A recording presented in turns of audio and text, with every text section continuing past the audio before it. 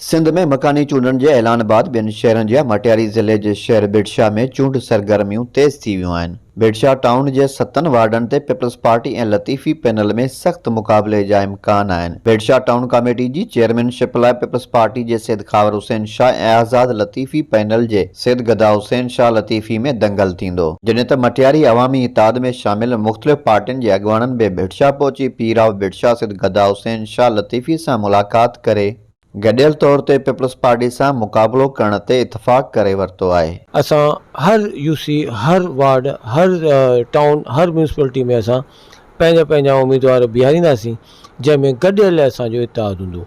बिडशा में साईं गदा साईं तमामु घणी ख़िदमत कई आहे बिडशा जे अवाम जी, ऐं उन जी कारकर्दगी तव्हां सभिनी साम्हूं आहे। उन करे साईं वारनि कुझु इनिशिएटिव वरितो हो, पोइ असां साईं वारनि खे दावत ॾियणु आया आहियूं त जीअं असां गॾिजी हिकिड़ो लाहेमल ठाहियूं त जीअं एंटी जेके वोटर सभई असां गॾिजी हिकिड़ी जाइ ते बीहंदासीं त इंशाल्लाह असीं कामयाबु थींदासीं ऐं माण्हुनि जी बहितर तरीक़े सां ख़िदमत करे सघंदासीं।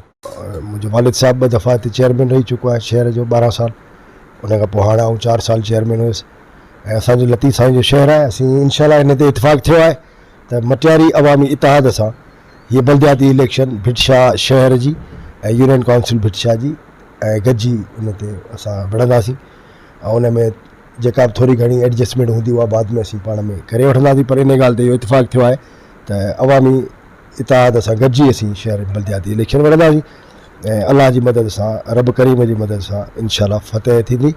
इंशाल्लाह अल्लाह साईं असांजे हिन उम्मीदुनि जे मुताबिक़ असांखे कामयाबी ॾींदो ऐं इंशाल्लाह असां जीअं बग़ैर हुकूमत में रहण जे असां आवाम जी ख़िदमत कई आहे। साईं बि पंहिंजी तफ़सील ॿुधाई आहे, नसीर साहिब जन बि ॿुधाई आहे, जमायत इस्लामी जूं ख़िदमात बि तव्हां दोस्तनि खां बि लिकियल कोन्हनि।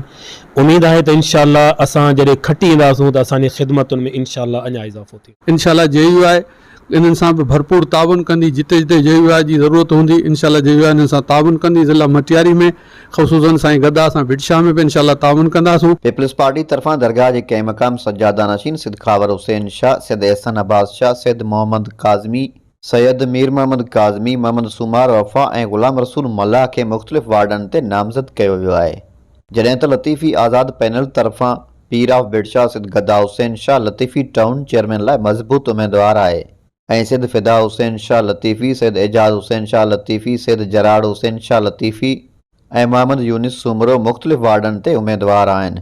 बिडशा टाउन कमेटी जी चेयरमैनशिप हासिलु करण लाइ बिटाई ख़ानदान जे फ़र्दनि में दिलचस्प मुक़ाबले जा इम्कान नज़र अची रहिया आहिनि।